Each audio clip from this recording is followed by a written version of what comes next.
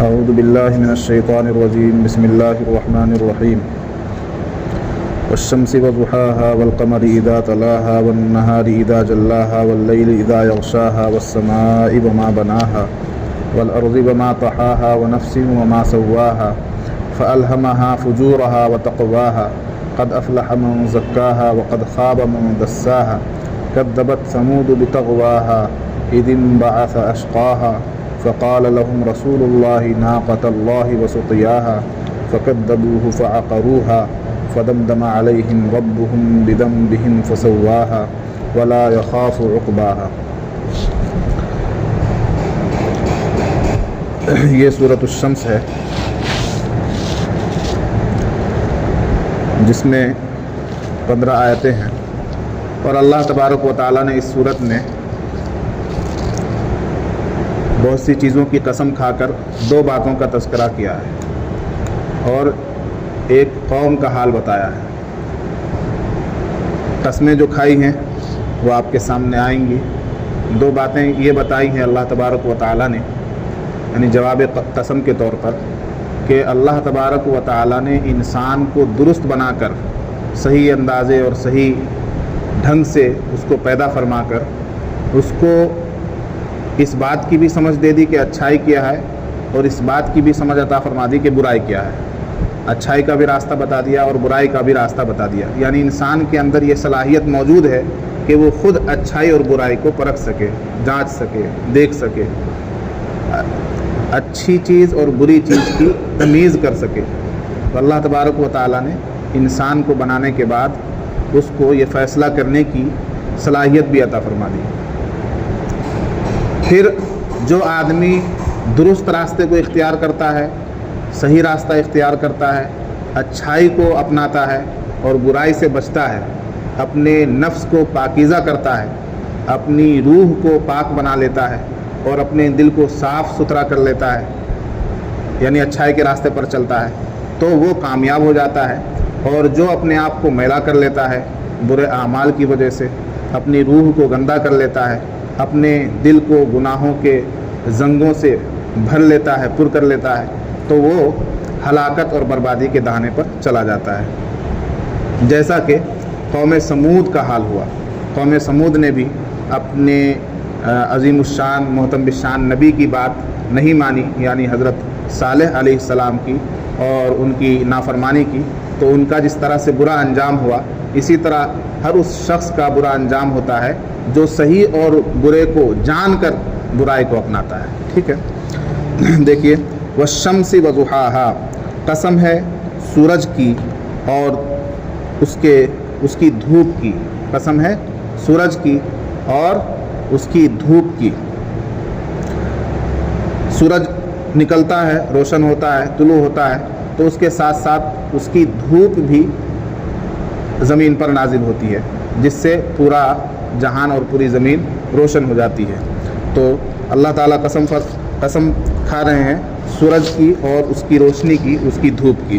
والقمر اذا تلاها، اور قسم ہے چاند کی جو اس کے پیچھے پیچھے آتا ہے، یعنی جب سورج چھپ جاتا ہے اور سورج کی روشنی مدھم پڑ جاتی ہے، غائب ہو جاتی ہے، تو اس کے بعد چاند نمودار ہو جاتا ہے۔ والنہار اذا جلاها، اور قسم ہے دن کی جب وہ اس کو روشن کر دے۔ والنہار اذا جلاها، اور قسم ہے دن کی جب وہ اس کو روشن کر دے، یعنی پوری طرح سے ہر آدمی اپنی جاگتی آنکھوں سے دنیا کے ساز و سامان کو اور کائنات کو دیکھنے لگ جائے۔ واللیل اذا یغشاها، اور قسم ہے رات کی جب وہ اس کو ڈھانپ لے، کس کو؟ دن کو، دن کے اجالے کو ڈھانپ لے۔ والسماء وما بناها، اور قسم ہے آسمان کی اور اس کی جس نے اس کو بنایا۔ تو کس نے بنایا؟ اللہ کی ذات نے آسمان کو بنایا ہے۔ تو یہ چیزیں اللہ تبارک و تعالیٰ، ان چیزوں کی، یہ کائنات کی نشانیاں ہیں، کائنات کی ایسی بڑی نشانیاں ہیں کہ جن نشانیوں کو دیکھ کر ہم، نشانی کس چیز کو کہتے ہیں؟ آیت کس چیز کو کہتے ہیں؟ جس سے کسی چیز کا پتہ چلتا ہے۔ جو آدمی راستہ چلتے ہوئے کسی منزل کی طرف بڑھتا ہے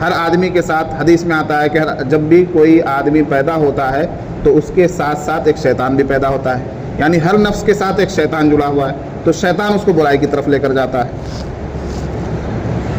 قد افلح من زکاہا، تو تحقیق کے کامیاب ہو گیا وہ آدمی جس نے اپنے نفس کو، اپنی روح کو پاکیزہ کر لیا، پاک کر لیا، صاف ستھرا کر لیا، یعنی نیک اعمال سے۔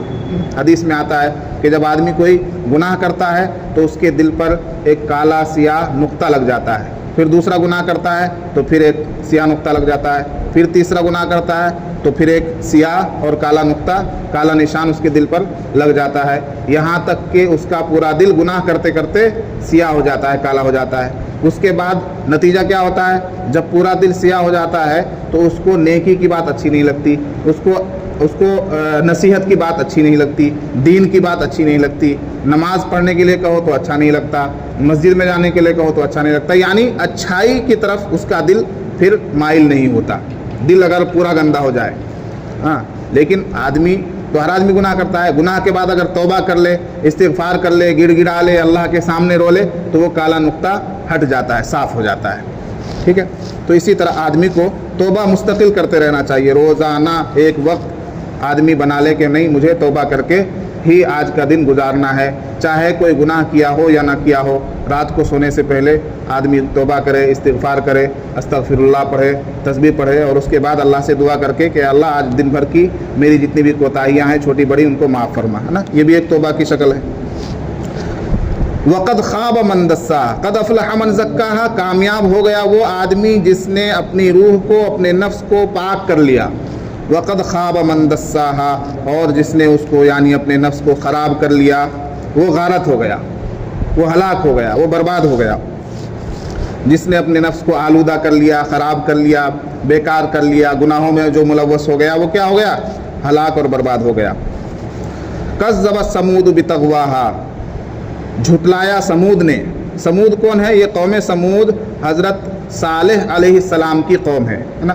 ہر نبی کو اللہ تبارک و تعالیٰ نے کسی قوم کی طرف یا کسی علاقے کی طرف نبی بنا کر بھیجا، لیکن ہمارے نبی، آخری نبی حضرت محمد صلی اللہ علیہ وسلم کو ساری کائنات کے لیے نبی بنا کر بھیجا، تمام قوموں کے لیے۔ دنیا میں جتنی قومیں ہیں اور دنیا میں جتنے انسان ہیں اور دنیا میں جتنے علاقے ہیں، ہے نا، شرق سے لے کے غرب تک، مشرق سے مغرب تک، شمال سے جنوب تک، تمام لوگوں کے لیے حضرت محمد صلی اللہ علیہ وسلم نبی اور رسول بنا کر بھیجے گئے۔ لیکن آپ سے پہلے بہت سے رسول اور نبی جو تشریف لائے دنیا میں، تو ان کو پرٹیکولر علاقے کے لیے بھیجا گیا یا کسی ایک قوم کے لیے بھیجا گیا۔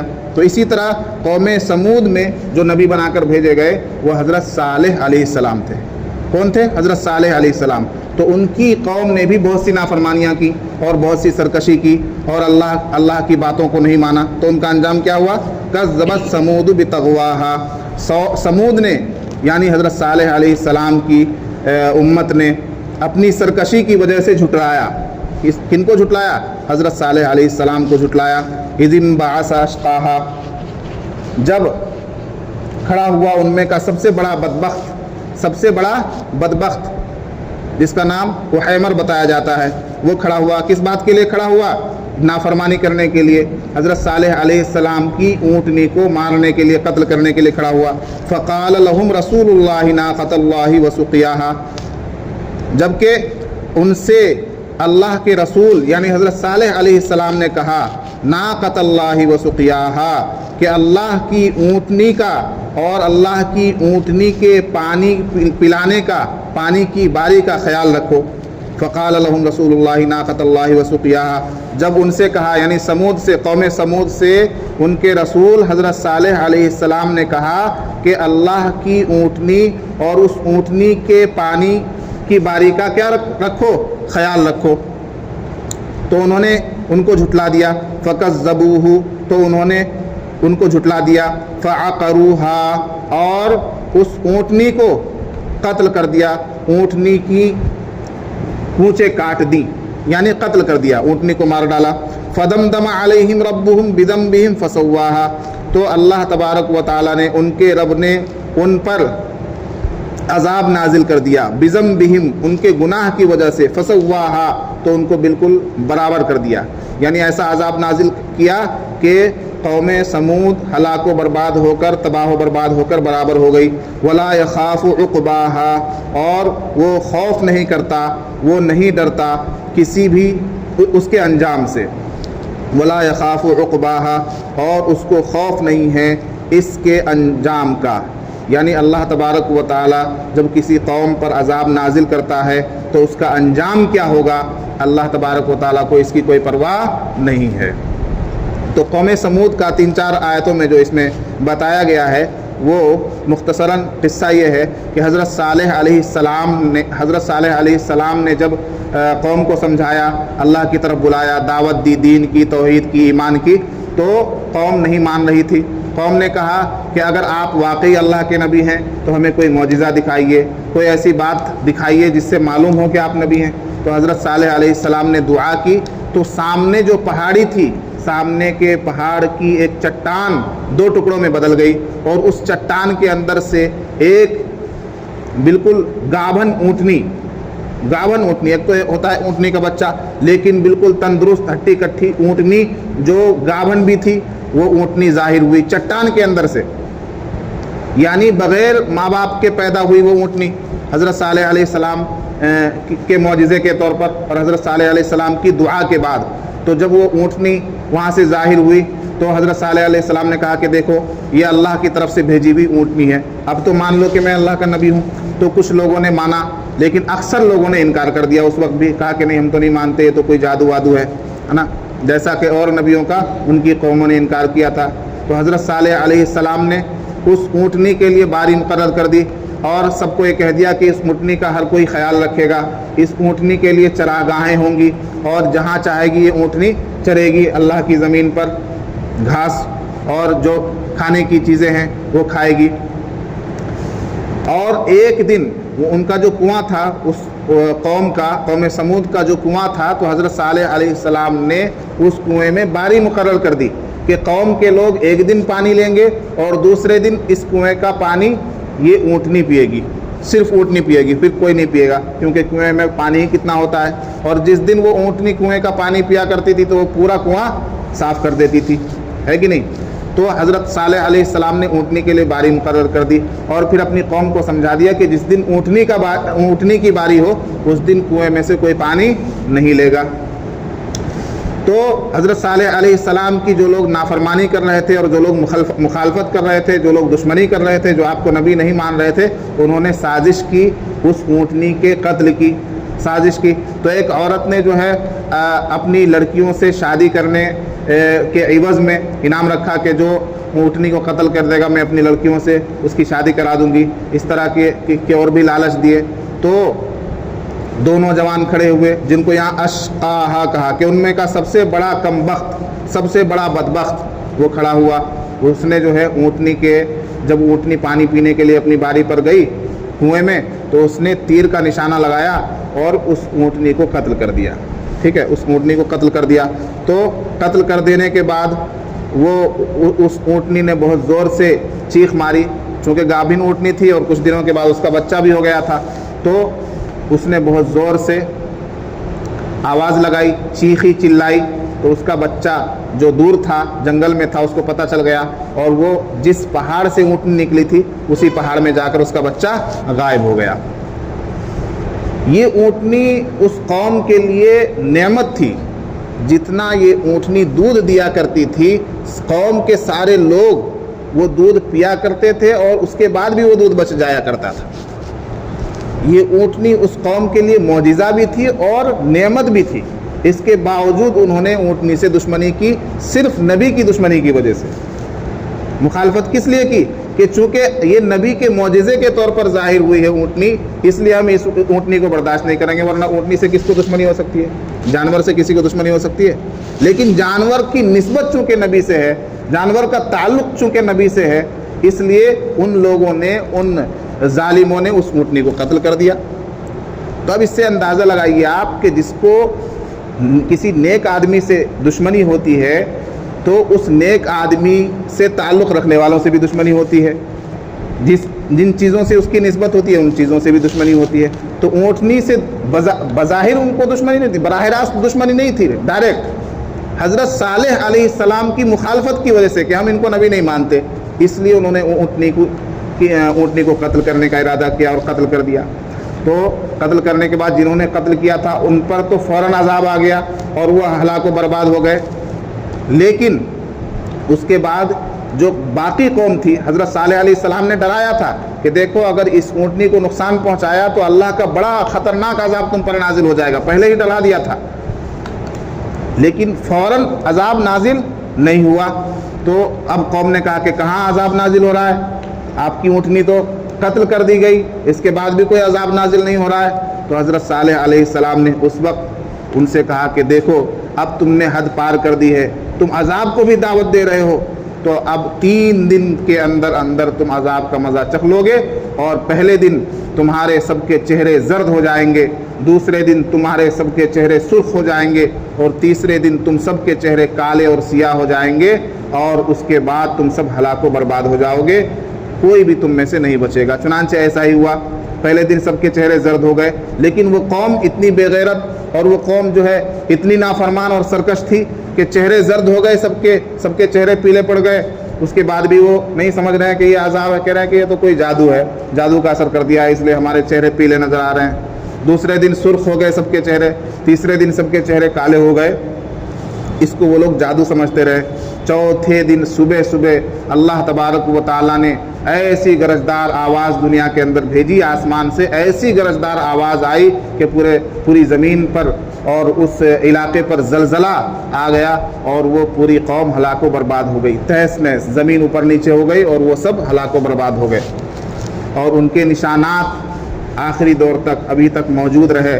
چنانچہ حدیث میں آتا ہے کہ جب نبی پاک صلی اللہ علیہ وسلم جنگ تبوک کے لیے تبوک کے مقام پر اترے تو آپ کے صحابہ نے اس جگہ پر جہاں قوم سمود پر عذاب نازل ہوا تھا اس جگہ پر پڑاؤ ڈال لیا، اور ان کے جو ٹوٹے پھوٹے گھر تھے جن گھروں میں عذاب نازل ہوا تھا اس کو دیکھنے کے لیے جانے لگے کہ دیکھیں یہ کیا ہے، پرانے زمانے کے گھر ہیں۔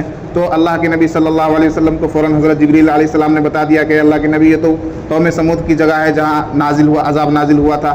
تو اللہ کے نبی صلی اللہ علیہ وسلم نے صحابہ کرام کو آواز دی زور سے کہ ادھر آؤ، یہاں رکنے کی ضرورت نہیں ہے، یہاں پڑاؤ مت ڈالو، یہاں سے جتنی جلدی ہو سکے آگے بڑھ جاؤ، چونکہ جس زمین پر اللہ تبارک و تعالیٰ کا عذاب نازل ہو چکا ہے اس زمین سے بھی ڈرنا چاہیے کہ کہیں اللہ تعالیٰ ہمیں کسی مصیبت میں مبتلا نہ کر دے۔ تو ان کے نشانات اب تک بھی باقی رہے۔ تو یہ قوم سمود کو اللہ تبارک و تعالیٰ نے ہلاک و برباد کیا، اللہ کی بھیجی ہوئی اونٹنی کو قتل کرنے کے عوض میں۔ تو اسی واقعے کو اس میں بیان کیا گیا ہے۔